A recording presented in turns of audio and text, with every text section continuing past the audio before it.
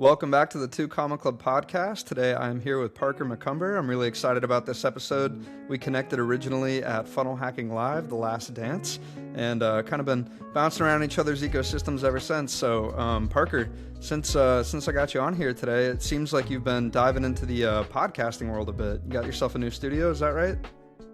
Absolutely. Thanks so much for having me, John. I appreciate the invite. And yeah, I think I had maybe mentioned this to you before, but I'm trying to monetize every aspect of my life. And I was thinking, how can I take podcasting from this expense where I'm buying the equipment and I'm paying videographers to how can I make it an asset in my life?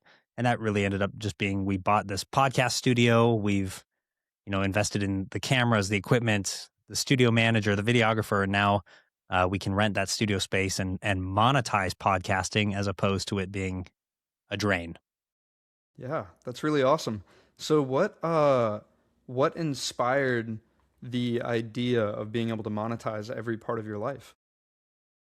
Really cool story. So back in 2020, I joined a Facebook community called Exotic Car Hacks. And I'm sure some of the people listening to this have heard of that community.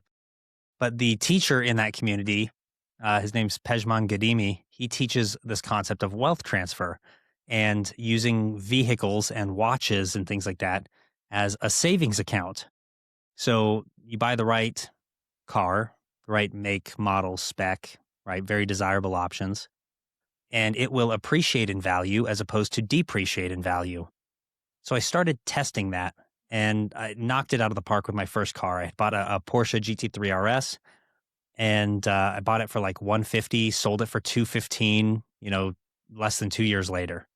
So it was a good chunk of equity that developed by having the right car. And then in addition to that equity, you also get back your down payment and the money that you've been putting in towards the principal.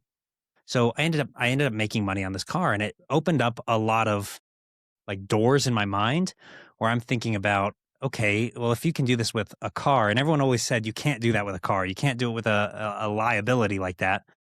But if you could do it with a vehicle you're driving, why can't you do that with everything else?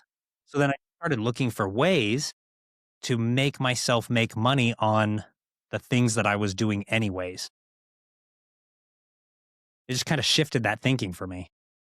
Yeah, that's really kind of taking it to the next level. So clearly, you've thought about it in the concept of like content creation, podcasting, etc. What other areas are you kind of focused on building systems around monetizing that at the moment? Yeah, it's kind of funny. I'm glad you asked, but it's not something I'm consciously thinking of so much, but I'm really doing it around everything, right? So people had started asking me back really after 2020. I had started having just a lot of success in ecom, and I'm a young man. I was trying to have some fun, so that's where I buy some of those flashier cars and things like that. But people saw that and viewed it as a signal of success, and people started asking me, "Well, Parker, how are you doing this?" So that kind of led into me writing a book to monetize that knowledge, which led into coaching to monetize the help that I was already giving people. Um, we've done it with real estate and real estate development and property management and things like that now. We still do it with cars. We do it with watches. We're doing it with podcasting. Really, anything that I'm contributing a lot of time to is something that I'm looking to find a way to monetize. Hmm. That's really cool. I feel like I kind of heard a little bit about like the timeline of events unfolding. So if I'm understanding correctly, ecom was kind of the initial entrepreneurial endeavor. Is that correct? I mean, it was the first real one. When I was in middle school, me and my neighbor, like on my street, we started a landscaping company. And, you think it's like kids out there mowing lawns or something like that. But we were trying to do it big. So we were bidding on like neighbor projects to like tear out the park strip, redo the sprinklers, put in gravel, xeriscape. Um, and that really didn't go far. We made a couple $1,000s doing that for a year. And that was kind of my first entrepreneurial endeavor. When I left the army in 2016, I had started working in a warehouse and I had wanted to start a business, so I tried to start very small. Well, maybe not too small. I tried to start with government contracts, like the movie War Dogs, Yeah. because I was in the military. I'm like, okay, yeah, I can play in that world. And I learned really quickly that I couldn't compete at the economies of scale that the large suppliers had. I just couldn't make competitive bids. So I pivoted, and that pivot was direct to consumer. And so instead of trying to provide protective gloves to the military, I started just selling them to people who were maybe in the airsoft space or milsim or were paintballing or were active in shooting. I was trying to sell them to National Guardsmen and really anybody that would have benefit for the product. And that was kind of the first endeavor um, in a real large business. Yeah, that's really cool. I like how the flow of it was around like the niche of kind of the military-esque type stuff from your Definitely. background and everything you could relate Mhm. to, and then all the way through to the point where it hits the mass market. The airsoft and paintball games are so much fun. I love those. Um, so in addition to, these protective gloves, were there other products that you found in the e-com space that were really kind of in that same niche or also like really beneficial to your Yeah. endeavors? So one of the things that I did that I try to teach people to do now when they are interested in ecom is one, you touched on it. Stuck around my passion and my background and the things that I was already interested and involved in. When I really was moving into the direct to consumer space, I started doing stickers and decals, and they were military Second Amendment themed. Um, but again, okay, this idea of wealth transfer that we touched on with the cars, and you snowball everything into the next thing. I was doing that here, and I didn't know it consciously at first. I mean, it just made logical sense. So I would start with stickers and decals. We would sell those, and if we had some that really were popular that sold very well, then that became the concept for the apparel. Mm, So then we would take the sticker and decal, we put it on a shirt or on a hat, and then sell those. And so it allowed us to test a product idea when it was working, grow it bigger. And then, we were able to obviously we try to be very data driven. So when we had something that was very popular, then we did offshoots of those things, right? What was relevant, what would play along with the phrase or the imaging, and that was wildly successful for us for a while. And at the time, I was living on the GI Bill and going to business school, so I kept my expenses very low and reinvested everything back into the business. But then that let us try a variety of products. And to be honest, I failed way more times than I succeeded. But the beauty of entrepreneurship is that if you succeed once, I mean, that win is worth 100 losses. So um, I can remember, yeah, we tried all kinds of stuff, garden decor and home decor. And we tried custom made in the USA cutting boards for a while. I mean, really the beauty of it was we could try trial and error, because of how we had structured the foundation of it being, we're going to test products. When we find something that wins, we can scale the win. And that gives a really safe base, to be honest. yeah, that's really cool. I like the variety of things that you were able to try during that window, and the things that you found were successful were the things you're passionate about. But I love that you touched on one of the most important things about entrepreneurship that you highlighted was the fact that like you win one time, and that outweighs the 100 losses along the way. And I find that entrepreneurship is just a game of I think it was Andy Frisella who said it. It's like 90% of the time you're getting kicked in the teeth, and then 8% of the time you're wondering like what the hell's even going on, and then that final 2% of the time you're winning, and then you're Yeah. right back into the 90%. And that's kind of what I'm imagining when I hear the that side of things. You get kicked in the teeth those 90% of the time, uh, but you learn. And then the more you learn as you go, the less you get kicked in the teeth in the future. So when you start, maybe it's 90%. But after you've been doing it for a decade, maybe it's only 50%. like the volume of winning increases with your knowledge base, which is why I think it's so important if you're interested in entrepreneurship or becoming an entrepreneur and a business owner, get out and fail. Fail quickly because the faster you get out and fail and learn, the faster you can take those lessons, apply them to the next thing and do it better. Yeah, 100%. I couldn't agree anymore. So diving into some of the technicals of the world of, would you consider it what you were doing to be more along the lines of like drop shipping, or were you buying the products and flipping them, or how were you doing that? If you're listening to this show, it probably means one thing. You're focused on building a successful online business. Well, here's the truth. No matter how good your offers or systems are, they only work if you have a steady flow of quality leads coming in. And one of the most powerful ways that I've discovered to create that flow is through a podcast.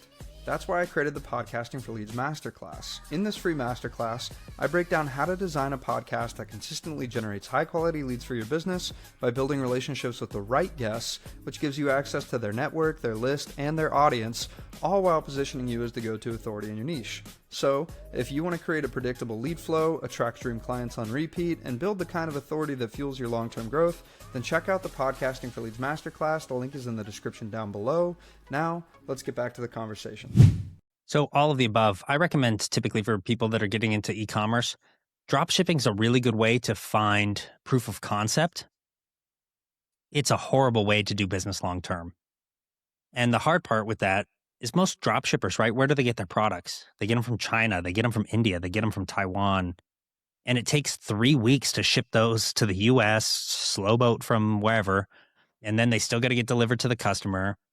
Um, and in the US, especially right now in the political climate and everything, they don't want products from outside of the US, generally speaking. Um, so you run into a lot of angry customers that way. So you can do it for a little bit to get a proof of concept that your product is going to be good, your sales are going to be good. And then what we did well was I was always looking for a way to bring that into the United States or to bring those things in house. And one of the ways that we did that was when we had proof of concept for products and we were making money on them, instead of taking a paycheck early, we invested that back into being able to do like wholesale or to bring in a ton of a product at once and warehouse that ourselves and fulfill it ourselves so that when a customer places an order, instead of them waiting 3 to 4 weeks to get it delivered, they could get it in 2 to 4 days. And then that reduced a ton of the customer like frustrations and negativity. So I'm a big believer that you can maybe start out with drop shipping, get the marketing right, the messaging right, learn how to pitch the product and the solution that it provides. But ultimately, for efficiency and for customer satisfaction, you want to move that into a way where you can get a higher margin and where you can have higher customer satisfaction. And that's you bring those products in house. That's really cool. I've never heard it explained in that regard before, because I know that I've talked to people who have like had a lot of success in just drop shipping or a lot of success in just the wholesale side, but never somebody who's like talked about bridging from one to the other. Like that makes it a really simple step by step if you're like looking to get started. That's really cool. So I think So a lot of people run into this issue and you're hitting on it where they start doing something and it works, so they just stick with it. But they're not asking themselves the question of, can I do this better? Or is there a better alternative? And so I just think if you're in the business of actually building the brand and the company and your trust, you always have to be looking to improve the product and improve the service. And if you're not doing those things, you might be able to make a living and stay well, right? But you're missing out. Like there's an opportunity cost that's lost there on your growth and your development and what you can do long term. yeah, 100%. It's it's kind of like the idea of I don't know, I don't remember the term for it, but basically it's like when you're split testing like your strategy, so to speak. It's like you go through and you can try making the tweaks to it that end up yielding significantly larger results. And I think that that's kind of how I would restate what you said there is kind of split testing the strategy itself. You know, like Yes. you found the marketing things that are working in the drop shipping lane, but maybe you should try the wholesaling and see if you can take it to that next level. Well, and I'm a That's big awesome. believer too. Like wholesaling's great. You want to develop I mean, for the best possible return on your investment, is when you develop a product that's your own, right? You own it and then invest in the manufacturing for that product. Now this is like large scale, right? So you start with drop shipping, you maybe develop a relationship with a supplier or a manufacturer. You can move that into wholesaling, and while you're doing that, you can maybe make some small tweaks to the product, right? But you're going to get feedback from your customers, and in e-commerce, I think this is really important. On your advertisements, on your posts, things like that, you're going to get feedback about the product. Learn from it, exercise the feedback loop here a little bit.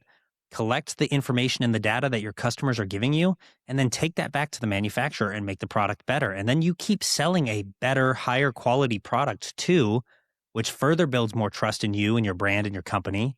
It makes everybody happy and you make more money in the process. But you have to go through these steps of progression to make it efficient. Yeah, and that goes back to the concept you were talking about initially of making sure that you are willing to like actually endure the failure side of things, because with each iteration there's going to be something else that goes wrong, but also something you're able to improve that makes it ultimately better in the long run. That's Mhm. awesome. So from a technical standpoint, I've seen like different versions of funnels where people are focusing on just a single product funnel page versus having like more of a library of a bunch of different SKUs. Like, where did you kind of find your sweet spot?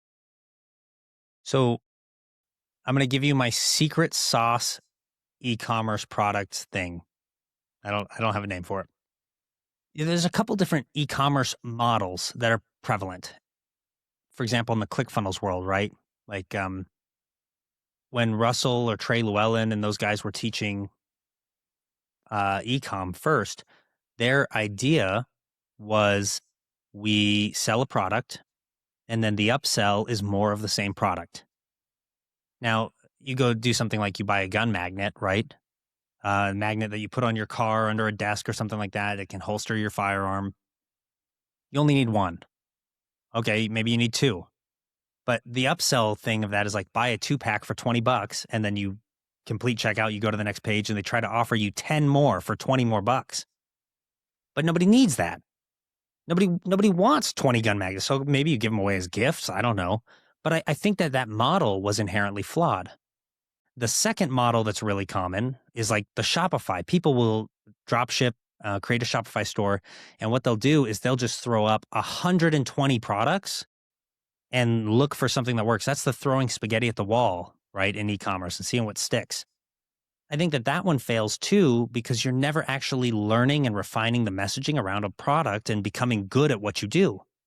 So the model that I found works better is you offer one flagship product. You can do it in a funnel or, even in Shopify, whatever. Offer a flagship product that brings people into the store, and then you do value adds based on that product. So, like if you sell a cell phone, for example, your next value add, the upsell, shouldn't be another phone because somebody only needs one phone. It should be the phone case, Mm. or it should be a screen enhancement or a better processing chip or whatever, right? But it's something that adds value back to the initial product. It shouldn't be something that is just more of the initial product, in my opinion, anyways. So that was how we actually started scaling products as we got better at e-commerce. Was we'd run a sales funnel. This was how I got my 2 Comma Club. Was we'd run a sales funnel for a single product, but the upsells were all things that added value back to that product. And I noticed that when we did that, now this was years ago, so I might be not quite correct, but our upsell rate was like over 50%, That's which is awesome. unheard of for most things in the funnel world. So but sorry, I'm trying to think, like there's so much thoughts. All that we were doing was just providing more value to the thing that everyone was already there to buy. And that's what made the products and the company successful. Hmm.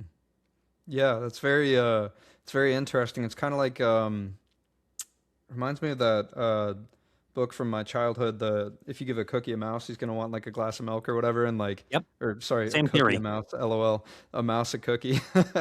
Anyway, yeah, He wants milk, that's so you sell him milk too. exactly, But yeah, then he gets a little that's bit awesome. sleepy, so he needs a blanket and a nightcap. Yep. That's so good. Okay. So when you guys were putting these different products out there, and you had the funnel itself with the flagship product, were you guys just doing like paid ads to drive traffic to these funnels? Yeah, so I'll tell you my whole strategy and kind of background with that stuff. So when I mentioned we first started and we were doing like stickers, decals, got into apparel, and we had like protective gloves because that was what we were first trying to do with the government. We would, I say we, I would, it was me, staying up all hours of the night like a bum trying to make his business work. I would send 100 to 200 direct messages on Instagram every single day to people that had pages in the relevant niche. Like I said, military, airsoft, paintball, mil sim, whatever.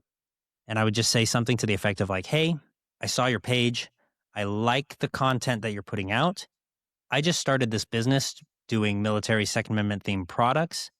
If you're interested, I'd like to offer you a partial sponsorship.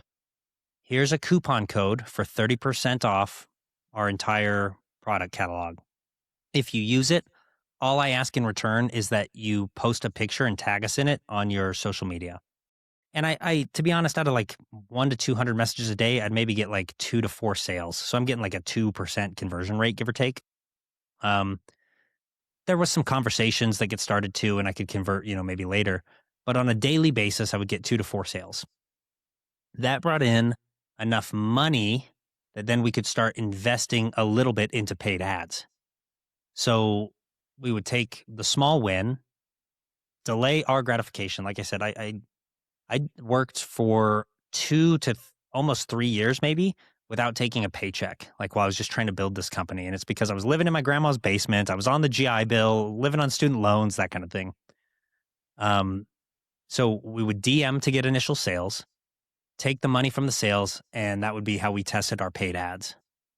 And we did this over, you know, a year plus, and we're able to kind of like start to refine how we did the advertising, like the marketing. We were able to test different avenues, test different messaging, and I can actually remember um, it was in 2018. My wife and I had just got married, and it was actually the weekend we got married. It was like the first time everything really, really clicked. Our Facebook ads, yeah, it was Facebook and Instagram primarily. They took off, and like all of a sudden we were just selling. It was like we put $100 in, and we were getting $1,000 of sales, and we're like, yeah, we can do this now at scale. But honestly, there was years of testing that went into that. Yeah, And the yeah, that beauty of makes doing that messaging thing, by the way, and this took time. Like I said, I did this for over a year of the messaging for sure. But every time one of those people, like I said, 2 to 4 sales a day, that snowballed into like I could get 2 to 3 maybe posts a day tagging me in them. And over the course of that year to 2 years, then going into that third year, we had a social following. I mean, we went from zero to like over 10,000 Instagram followers just doing that. And then those 10,000 people became our primary sales base. That was how we got started, was just the messaging. So getting out there and doing volume, I think, is irreplaceable for somebody who's trying to start a business. Yeah, yeah, I couldn't agree more. It gives you a lot of data to learn from, to tweak, and make better educated decisions on. That's awesome.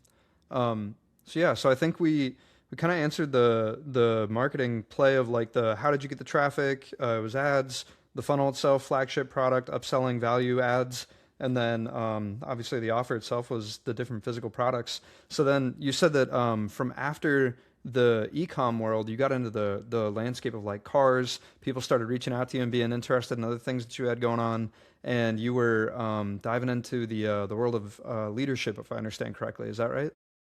Yes. So my background, I joined the army right out of high school, and I was very blessed to progress quickly in that organization, where I promoted rapidly. I got more and more responsibility, and to be honest, it's something that always I was always interested in, passionate about. Like I was an Eagle Scout growing up and all that stuff. Um, so I realized after being in ecom and starting and growing my business for, maybe 5 or 6 years, I realized the thing that was making me the most successful wasn't that I had some like great business acumen or that I was really good at, tracking and learning from my KPIs or any of that stuff, right? It was that I was a really effective leader and that I was building a good team, and the team was able to do everything that I couldn't do. The team was able to cover down on my weaknesses. The team was able to make the business better.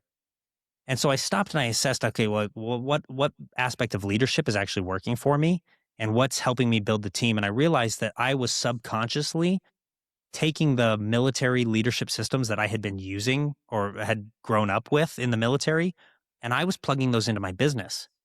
And that's how I was running things. So I was using military concepts like a command philosophy. I was doing mission briefs. I was doing after action reviews, right? And in the process of implementing those, the business was inherently put into a position where it had to grow and operate efficiently. So I kind of, my first dabbling in that specifically was at a Russell Brunson Inner Circle meeting. And I got on stage and I just presented about command philosophy. Because I'm sitting here and I'm like maybe a little bit self-conscious, a little bit of imposter syndrome. I'm feeling like I'm in the e-com space and none of these people can relate to me, and they're all coaches and consultants and info product guys. They're all way smarter than me. I'm thinking all of those things. And so I didn't know what I could teach them that would be relevant to them. But I said, you know what? A good command philosophy is something that any business can benefit from. So I'll go teach that.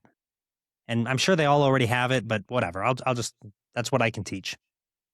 So I got on stage and I presented on that. And I was really surprised. I got a lot of like really positive feedback right after the presentation. I mean, people were asking questions. They seemed really interested in what I was presenting. And I got off stage and Fred Yelma's like, Parker, like we would pay you $50,000 to come teach that to our business right now. And I'm like, what? I'm sorry. And Herman Blanco runs over. He's like, Parker, do you have a coaching program or any products that we can look at? I'm like, I'm sorry, I don't have anything. Like I've never done this before. And Edward Collins had talked the day prior about asking Chat GPT, like using everything you know about me. What do you think would be the best business for me to make $10 million a year? And he comes over to me after Herman and he's like, Parker, that's your $10 million a year business. He's like, you need to be teaching this. And I'm just blown away. One, I'm so grateful. The support that community gave me, like rewired my brain about what's possible and what I could be doing. And man, I'm really humbled by all of that. But that's what snowballed me into this now. So as I've refined that over the last few years, I put it all together and I realized that one, just because you're a good marketer doesn't necessarily mean you're a good leader in your business. So I can help people with leadership systems. And every entrepreneur at some point becomes the bottleneck to their organization and they need to have a good team around them. So I can help with team development. And then putting it all together, I called the coaching company Mission Ready Systems because these are the systems that the military uses to be mission ready. And we just adapt them and plug them into businesses. And that's how we develop the team and the systems that scale our revenue and our outcomes and let us spend more time doing the things we love with the people we love. And at the end of the day, if you can't do that, why are you in business? Amen. Man, that's really cool. Shout out Fred Yelme. He was a recent podcast we dropped. Great guy. I love Fred and Jackie. Yeah, They are they're some the of my best. favorite people. Amen to that. Yeah, that's so wild. I love the synergy from the masterminds and everything. Like being able to be in there, getting the feedback, and like thank you for sharing kind of those thoughts that were running through your head, the fears and everything that you were overcoming at that time around picking what you were going to share on. Because I know that that imposter syndrome, it goes around all the time. Like I have it probably like every day. It's hilarious, and like I'm sure anybody listening right now can relate to that on a number of levels. Um, so once you switched over to the leadership side and got the mission ready leadership stuff together, like how did you go about kind of, I guess, uh, going and getting some of those people? Did you just jump right into like helping Fred and them, or were you able to go find another group of people to kind of help? Or And okay, so no, and I'll own my mistake here really quick. Um, Mandy Keen, my one of my favorite coaches, she actually a couple weeks, maybe months ago now, had told me I need to go back and I need to make offers to all those people. And I'm still maybe dealing with some imposter syndrome because I did not go back and make offers to any of those people. Part of it was like I don't want to I didn't want to force myself on that community because I really value the friendships and the relationships and the mentorship that I get there, and I don't want to do anything that taints it. And that's what I told her. Um, so how I actually got my clients, awesome question. I'm doing there's a couple avenues, so I'll just touch on all of them. I'm doing the Hormozy 100 rule of 100. And for the people that aren't familiar, he teaches you do 100 actions of outreach every single day. And that could be 100 DMs or messages sent. It could be 100 minutes of content production that you can put out, your social media content and things like that. Or it's $100 of ad spend every day. She's like, you do those one of those three things every single day, your business will grow. So I'm doing 100 outreaches every single day. And on average, I get like a 12 to 13% engagement rate on those. So I get 12 to 13% new messages. And like in the last week, because I actually just made a post on this, the last week it started 85 new messages. Out of those 85 new messages, I got 3 booked calls for my $50,000 a year offer. nice. So I'm like, okay, that's just per week. And if I close one out of those three, I'm like, great, that 8 hours of messaging work, that comes out to be like I made $6,000 in an hour for that time period. So I'm like, that's just totally worth it. And if you're not doing that, I recommend that you do it because it's really not hard. But people get in their heads like, oh, it's just mundane, or oh, it's not something that I want to do. It feels like it's beneath me. So what? If you want to make money, do the outreach. So that was the first part. The second part was I had taken on some smaller clients while I was like learning, getting my footing under me at the $10,000 range and then the $20,000 range. And those people were people that knew me already and would ask me questions or ask me for help. And I took a shot and I said, hey, I actually help people with this stuff. Here, let's get on a call. And then I did a very simple diagnostic. So I'm asking them about what their obstacles are, what their pain points are, what they need to overcome. And then I pitched based on those. And I just kind of took those pain points and I said, well, what would it mean for you if you could actually get over that? And I let them give me the answers to the test. And then I just pitched based on the answers they gave me. And that worked pretty well for getting my first handful of clients, like a dozen clients or so. Um, what I did with my first in person event last October, and this is where the game changed for me. Last summer, in the Decade in a Day with Russell Brunson, he told me all of the reasons my coaching business was going to bottleneck and how to prevent it. And I needed to one, move into like a course and facilitator type model. So that's what I've taken. Like my previously $10,000 offer is now that. And then my previously $20,000 offer is now, we've upgraded it substantially with the podcast studio, social media management, extra things that we can provide and help people with. But we grew that into the $50,000 a year offer. And I pitched that at first on stage at my mastermind last October. And I mean, really cool experience. I'll just detail it real fast. So I got Yeah. awesome speakers. I had Akbar Sheik on there. I saw he was on your podcast not too long ago. I had Mandy Keen come down and speak. I had a local entrepreneur, Braden Tomasic, come speak. We had Robbie Summers come down and do the MC, like all-star lineup. Um, I sold 35 tickets to that. So 35 people in the room.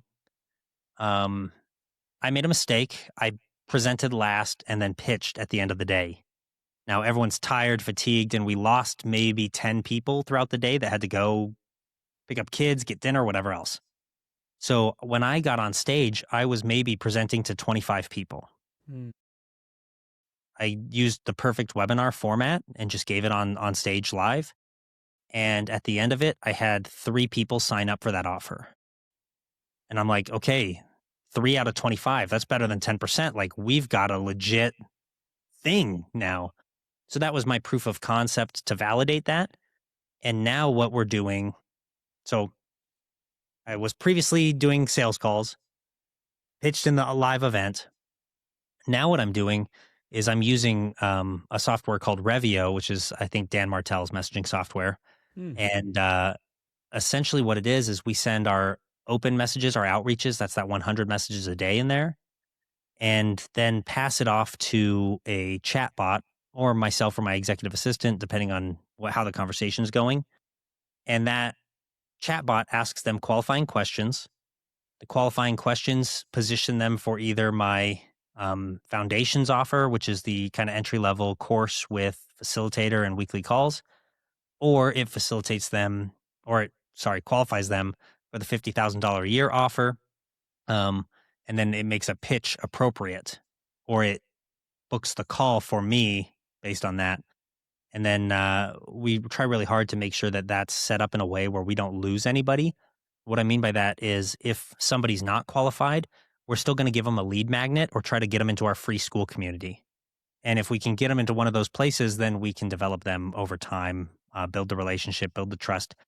Like my evil goal in all of this, my super villain goal is to just help people make so much money that it's a no brainer that they stay on with me. Like if I can help you with my free school community, make an extra $100,000 in a year, isn't it worth it to pay like 2,500 bucks for the 12-week facilitated program? And if it is, and I can get you into that program and I can help you make another $200,000 next year, isn't it maybe worth, you know, 40 grand, 50 grand to come and coach with me? Like, I don't know. That's the evil plan. I love it. That's But awesome. it's my general way of getting that. We run some paid ads too, but primarily that's the structure right now. Yeah. Those so I'm really curious to hear what's been your experience with the outreach because I recently picked up something similar. I hadn't heard of Dan Martell's outreach platform, but I heard of we had do you know Sean Malone by chance? No, I don't. I'll have to connect you guys, but he has a platform called FlowChat, and recently picked that up, and it sounds like they're similar in nature with the outbound DM side of things. What have you experienced in terms of like the platforms that are the main social media, like Facebook, Instagram, LinkedIn, whatever, in terms of like their caps on a daily? Like When you how say many caps, you mean outreaches can you based on do per? messages? Yeah, exactly. I haven't hit any caps. At least not recently. When I was doing the e-com stuff, I would hit caps because I was copy and pasting messages. And this was back in like 2016, 2017. The rules were a little bit different, right? So I would hit caps then at like 200 messages in an hour or two.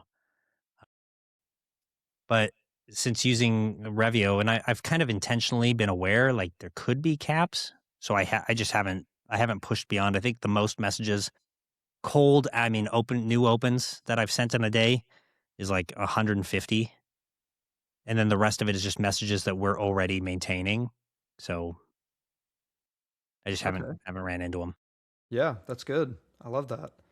Okay. So then let's see here. So we've talked about um, the leadership offer, and then what are some of the big goals that you have for 2026? I know we're getting ready to be at the end of Q1 here. Absolutely. So podcast studio is a big one for me. My coaching business bought this podcast studio. When we took it over, um, I like there was just a lot of potential I could see. So we were able to come in, upgrade a lot of the stuff. And now we're trying to bring people in. We've customize the offers a little bit, change those a little bit more. So we're trying to, instead of just having a place where somebody can come in and rent studio time, it's now a place where you can come in, tell your story, record your podcast, your YouTube, whatever. We'll handle the production, we'll handle the editing, we will host your content, we will post your content, we'll clip your content, we'll do your short form derived from your long form. We will help you structure your content if you need. So, I mean, it's been really cool because we've kind of moved into this realm of social media management for podcast clients, and that's brought in a lot more customers. We're trying to 10x this business this year. So, it's like last year was $150,000 in revenue before I took over. I'm like, this year we're going for 1.5 million. Like we're blowing this thing up, and it's helped. Actually, really cool concept. Look for ways to monetize your life because they feed each other. So all of the podcast studio clients are interested in learning how I monetize my podcast, and they Mm. all want to learn how to get clients from the podcast. So now all of those people are warm coaching prospects. And then all my coaching prospects, if they're local, are warm for the podcast studio membership. And then anyone who's not local, even though they're maybe not coming in and filming in our studio, I have editors. I have graphic designers. You could send us your footage. We can edit that. We can clip that. We can do your thumbnails. We can do your social media posts for it. We can still take that off your plate and help you. So my big goal is I want to grow the studio. And if we get the studio to a really good place, like it just takes so much. I don't want to say it's stressful because it's not, but it would remove any stress, doubt, worry of everything else because the expense or the revenue from just the studio then could cover everything else that we do. Right. That would cover the expenses for the podcast business and the other employees and the coaching business and the executive and VAs. Like you get it to there and then everything else is just icing on the top. So that's how I'm viewing that now. Yeah, that sounds like a really good idea. I'm genuinely curious to pick your brain because I know that obviously I do my own podcast as well, and like I've thought about like what it looks like to potentially do that. But one of the things that I'm eager to hear is like you've sat down, you've clearly executed, you're pulling the trigger, and you're brainstorming the idea of how to 10x it. What do you think is kind of like the biggest needle mover that's going to make that happen for you at this time? Yeah, it was a re-offer. So the previous owner, he was offering like small memberships, right? You come in, you get, 4 hours a month, something like that. We took kind of that as the basis, but then we added in podcast production coaching and we added in the social media management and we added in coaching and consulting with me so I can come in and I can bring you the leadership systems, the team development systems, all that stuff, right? And we are pitching now instead of a $500 a month, membership for them, we're targeting the entrepreneurs, the business owners that are local that need a better marketing presence. They need to build trust with long form content. They're maybe struggling to get eyeballs on their social media or their short form, their reels, their clips. We're targeting those people and saying, look, for less than the cost of hiring a social media manager in house, you can get 8 hours of studio time a month. You can get your long form videos edited, cleaned up, published with thumbnails. You can get all your clips made. We'll post your daily content. We'll respond to your replies. We'll drive traffic to you with your DMs and your comments. And we can do that for $4,000 a month. So for less than the cost of going out and hiring a social media manager for 50 or 60 grand, you can come into the studio. We can do that for you. And then our real goal, like dream goal, big reach goal, stretch goal, is we get 100 people on that plan, right? And that's how we 10x. I mean, there's obviously some lower tiers to our memberships too, but that's the big one. That's the flagship right now. And if we can successfully grow and scale that offer, and obviously we can tweak as we go, but that's how we do it. We're taking off what was formerly $500 a month, and now we're trying to position in such a way with a ton of added value. We're not just raising the price, but we're trying to provide so much value that it is unrealistic for people to not want to do business with us. 100%. That's awesome. Yeah, that is such a cool offer. All that for 4K a month. That's really going to help take people who are not currently what I would consider to be like on the map and help put them on the map, you know? Well, so like we did it. One of our first clients to pick that up, uh, wanted to podcast anyways, but wasn't prioritizing the time. And he's like dragging his feet because you got to buy the cameras, you got to buy the lights. For less than the cost of a good camera, you can come in, professional studio, right? We have all the equipment. We'll set it up. We'll run it. You don't have to learn the technical stuff. You don't have to figure out the editing software. Like all of those things we'll handle. So now all he has to do is schedule the time to come in. So he starts coming in and doing that. And he has 8 hours. He started doing 4 hours a month. Now he does all 8 because he's getting the return on the investment. But like in his first 3 months, he signed 12 new clients that all mentioned that they were coming from the podcast that he was doing in our studio. And then we're editing, thumbnail, posting for him, and then clipping and doing social media for him. And then he's like, oh man, like I'm making my money back. Like this is great. Like I'm going to keep doing this. So we've had some good early proof of concept with it with a couple clients now. And we're collecting their testimonials. We're starting to revamp our landing page with those client testimonials and social proof. But yeah, it's a good program and a good offer. Because it just takes so much off your plate. And at the end of the day, like I mentioned before, for me, entrepreneurship was always about time. And I realize that's kind of ironic. I maybe work too much now sometimes, but it was about having the freedom to spend my time doing what I wanted with who I wanted. So if I could be doing things that I love with my family, if I could take my kid to a basketball game, that kind of stuff. And this, I think, helps a lot of people get into a position where they don't have to worry about the stress associated with long form content, short form content, or my posts going live every day. Am I answering all the questions? We just take it off the plate. Yeah.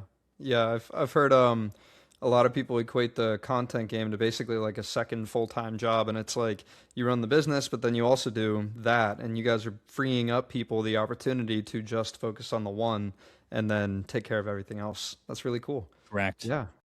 Okay. Um so as we're getting toward the end of the podcast here, one of the big questions that I love to ask is, given all of your life experience and everything that you've been through up to this day, what would be like the one big piece of advice that you would love to kind of record in history, if you will? Invest in yourself early and often.